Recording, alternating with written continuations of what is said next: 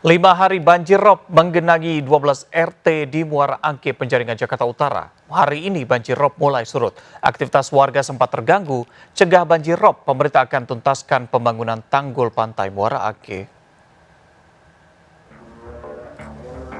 Memanfaatkan banjir rob yang mulai surut di kawasan Muara Angke, Jakarta Utara, petugas PPSU membersihkan sampah sisa-sisa banjir.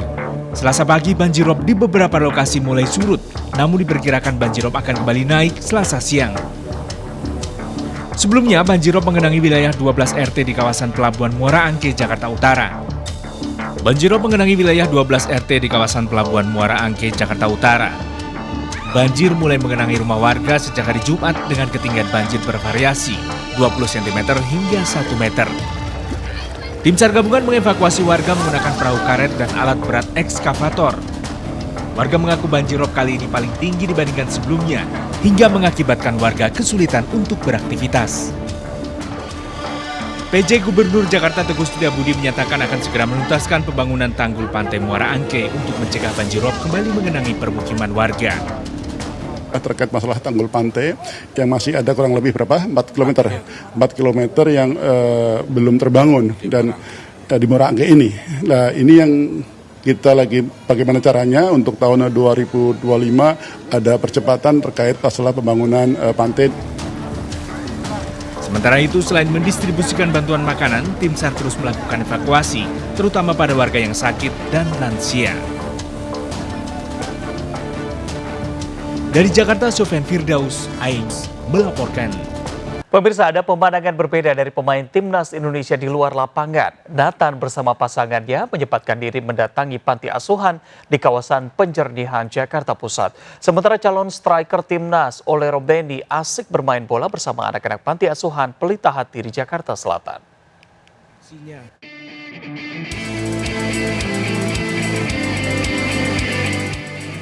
Ole Romeni, striker andalan FC Utrecht, kedapatan asik bermain bola bersama anak-anak panti asuhan Pelita Hati di kawasan Jakarta Selatan. Di tengah guyuran hujan, Ole menampilkan aksinya.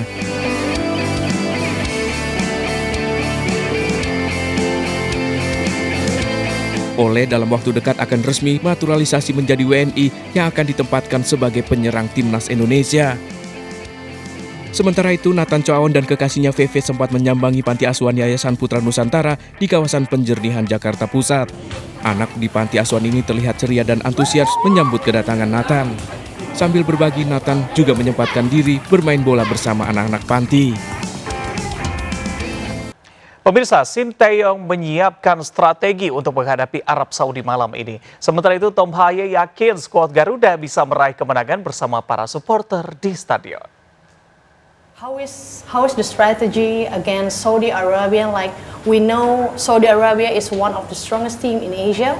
일단 우리 선수들이 사우디 가서 그래도 좋은 경기하면서 1대를 비기고 왔기 때문에 그런 기분을 우리 홈에서는 좀 더 좋은 스코어를 내서 이길 수 있는 그런 생각 갖고 있고 뭐 사우디는 우리 조에서도 아주 좋은 팀이고 강한 팀이면서도 우리가 할 수는 있다 그런 생각으로 한번 부딪혀 보려고 준비하고 있습니다. Well, Professor, we had draw in Jeddah before. So how about Indonesia's match will be at home? Yeah, I think a little bit the same. I think we're growing as a team, and I think together with the fans in the stadium, we can make it happen. So I think we have to do it together. Hopefully the best for your team Indonesia. Thank you. Thank for you. your Thank you. time. Okay. Penonton mulai berdatangan ke Gelora Bung Karno, Senayan, Jakarta untuk menukarkan tiket pertandingan Indonesia menghadapi Arab Saudi laga ke-6 kualifikasi Piala Dunia Zona Asia Grup C. Sejak pagi, sejumlah supporter mulai berdatangan di booth garuda.id untuk menukarkan tiket. Pihak PSSI menyatakan bahwa tiket untuk laga kandang Indonesia versus Arab telah habis terjual.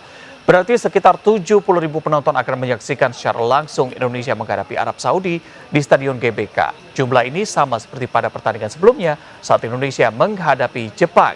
Supporter berharap Indonesia bisa mencetak kemenangan melawan Arab Saudi. Terlebih di pertandingan sebelumnya yang berlangsung di King Abdullah Sports City, Indonesia mendapat 1 poin setelah menahan imbang Arab Saudi. sangat percaya dan gue yakin apa yang gue sampaikan bahwa kita akan menang lawan Arab Saudi gitu, dan kita mendapatkan 3 poin.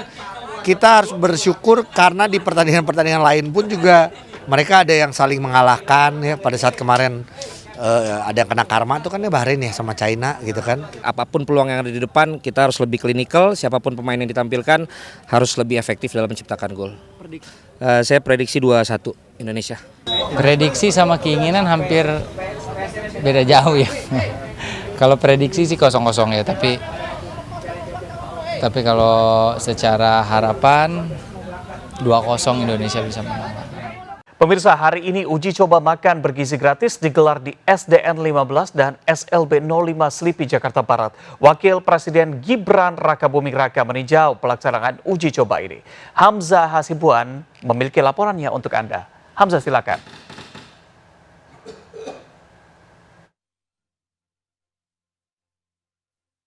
Reza dan juga pemirsa, saat ini kami sedang berada di SD Negeri 15 Selipi, Jakarta Barat, di mana akan dijadwalkan Wakil Presiden Gibran Rakabuming Raka dan didampingi oleh PJ Gubernur DKI Jakarta Teguh Setiabudi akan melaksanakan simulasi makan bergizi gratis. Rencananya Wapres Gibran juga akan melakukan simulasi makan bergizi gratis ini di SLB Negeri 05 Selipi, Jakarta Barat, yang mana berada di satu lokasi dengan SDN 15 Selipi. Di sini kami sudah memiliki salah satu contoh untuk makan bergizi gratis yang nantinya akan dibagikan, yang berisi di sini cukup lengkap pemirsa. Ada nasi, ada telur, sayur, buah, dan juga susu.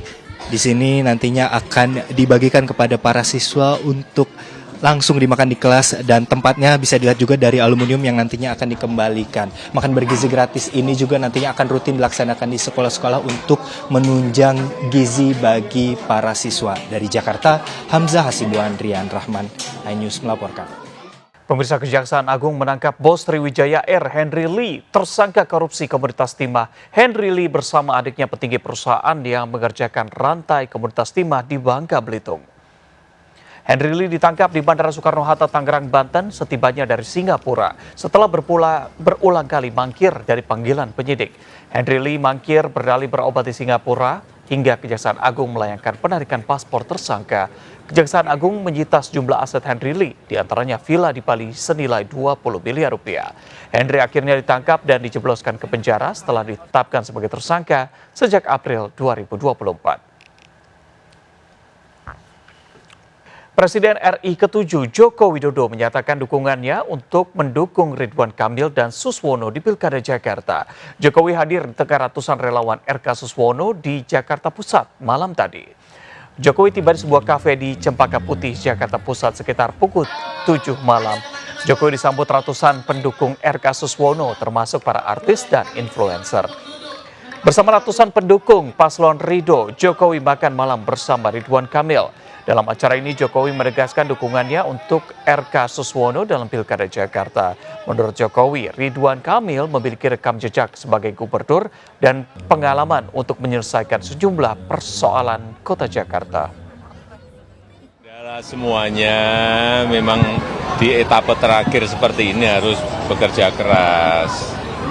Saya datang karena memang saya mendukung. Di Jawa Tengah juga saya datang karena saya mendukung. Saya diundang ke Jakarta, saya datang karena saya mendukung.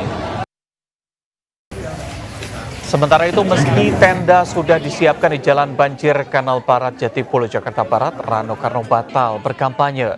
Rano memilih untuk datang ke rumah warga yang meninggal dunia akibat ledakan gas LPG di sekitar lokasi kampanye.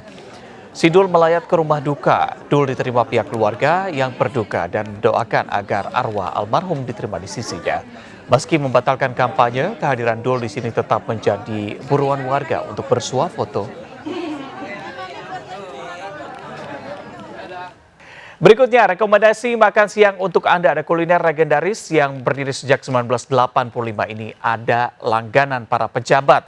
Menu olahan daging mulai dari tongseng kambing hingga sate goreng iga sapi patut masuk dalam rekomendasi santap siang Anda hari ini.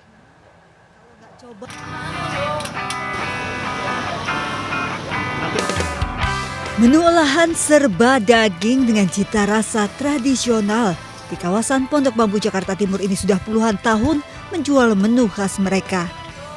Rugi banget kalau nggak coba masakan mereka yang diolah dengan bumbu racikan 21 jenis rempah dan dimasak dengan arang kayu. Jangan tanya rasanya, gurih, manis dan umaminya itu loh yang ngangenin, punya ciri khas. Berbagai olahan daging kambing dan sapi seperti tongseng kambing khas Solo hingga olahan sate goreng iga sapi. Yang nggak suka daging kambing jangan khawatir, bisa kok menunya diganti dengan daging ayam ataupun daging sapi seperti tengkleng sapi yang manis gurih asam ini. Semua pakai alat tradisional, Mbak. Ya pakai kuali tanah, pakai areng gitu. Jadi semua kita pakai alat tradisional, Mbak. Gak heran warung Pak Haji Budi yang buka mulai pukul 10 pagi hingga 10 malam ini selalu penuh pengunjung. Wah, pemirsa, ini saya udah nyobain 4 menu ini dan enak-enak semua. Sate goreng iga sapinya juga enak banget dan saya pengen nyobain lagi. Jadi kita makan lagi, yuk makan. Dengan kualitas rasa yang terjaga puluhan tahun, maka tak heran pelanggan datang dari berbagai kalangan, bahkan pejabat negara. Dari Jakarta, Amrina Rida dan Jamie Jasin melaporkan.